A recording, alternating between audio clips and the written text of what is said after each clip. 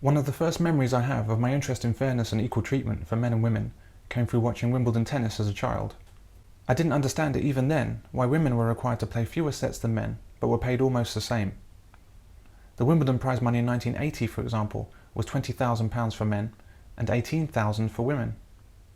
That means women received 90% of the pay of men. And in 2001, the men's prize was £500,000 and the women's £462,000. That's 92%.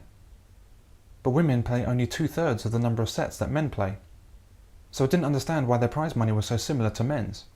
Surely men should be paid a full third more than women to reflect their full third of greater court time. And if time on court isn't relevant to pay received, and it's about the value players deliver to broadcasters and spectators, as Venus Williams has said, then why must men play more tennis for the same reward? Why not all play the same?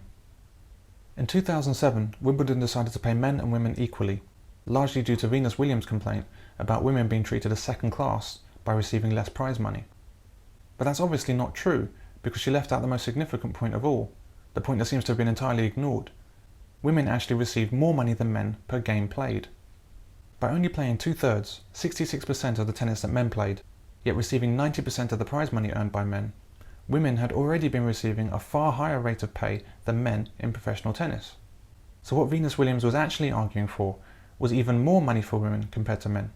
She wanted an actual increase in the pay disparity women already enjoyed over men.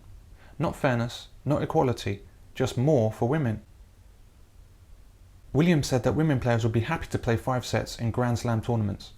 That may be true, but there have been no complaints from her to make Wimbledon change the rules so that women play the same number of sets as men. Her only demand was for more prize money whilst continuing to do less work. So equal prize money at Wimbledon doesn't represent equal pay at all. It represents a pay rise for women who already earn more than the men. Prize money in 2012 was £1.1 million, with men required to play a minimum of 21 sets to win the prize, whereas women were only required to play 14 sets to win the same amount. As it played out in 2012, Roger Federer played 26 sets to win Wimbledon. In contrast, Serena Williams played just 17 sets. This means that Federer received £44,000 per set, whereas Williams received £67,000. That's a £23,000 pay advantage for women per set, and more than 50% higher rate of pay. And this is called equality by Venus Williams, and everyone else it seems. So we see that in the past, Wimbledon paid female players 90% of the money that men received, whilst playing only 66% of the tennis that men played. However, since the introduction of equality at Wimbledon, women now receive 100% of the prize money as men, while still playing only 66% of the tennis. For example, in 2001, the men's winner, Goran Ivanisevic, played 28 sets to win. The women's winner, Venus Williams, only played 16 sets. So poor old Ivanisevic received £17,000 per set, and good old Venus received a much healthier £28,000 per set. And then Williams went on the warpath, complaining that Wimbledon devalued the principle of meritocracy by not paying women even more by equalising the prize money awarded. The prize money for which Goran was required to play a dozen more sets to earn. If you get paid a higher hourly rate than someone, then you are by definition more highly paid than that person. It's that simple.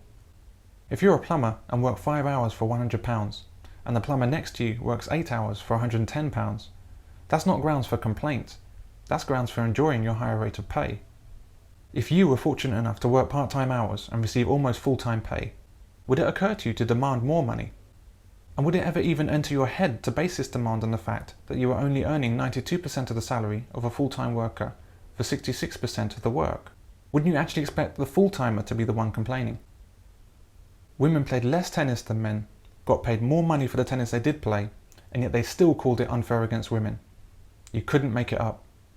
But this is the female condition, which exists as a parallel to the male condition. Women will complain even when no complaint is justified, whereas men won't complain even when a complaint is fully justified. A common argument is that female players are working relatively just as hard as their male counterparts. However, this raises some interesting questions. If we say that a woman playing the best of 3 sets is doing the same amount of work as a man playing the best of 5, then what we're saying is that female players are less capable than male players. And if that's true, then this is a reason to pay women less, not a reason to pay them more.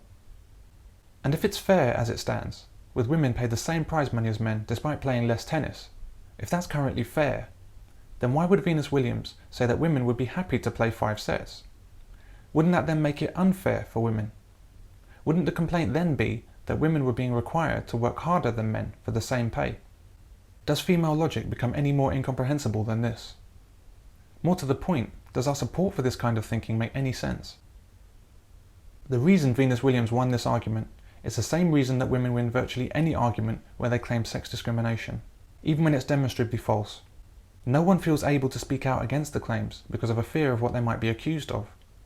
We live in deeply dishonest times. There's nothing unique about tennis and the issue of fair pay. It simply represents the manner in which we've decided to treat women, and it illustrates in sharp relief the preferential treatment that women are prepared to not only accept, but fight for, while simultaneously claiming that all they wish for is equality. And we all nod our heads in agreement and effectively celebrate this discrimination against men. And it's the men who nod most energetically. If we want to understand the nature of feminism, and how its true ambition is for female supremacy rather than any concept of equal treatment, and if we want to know why feminism has proved so popular amongst women, despite being both clearly at odds with fairness and also deeply antagonistic towards men, we need only look at the behaviour of the female players at Wimbledon, and then apply that behaviour to virtually every other woman on earth.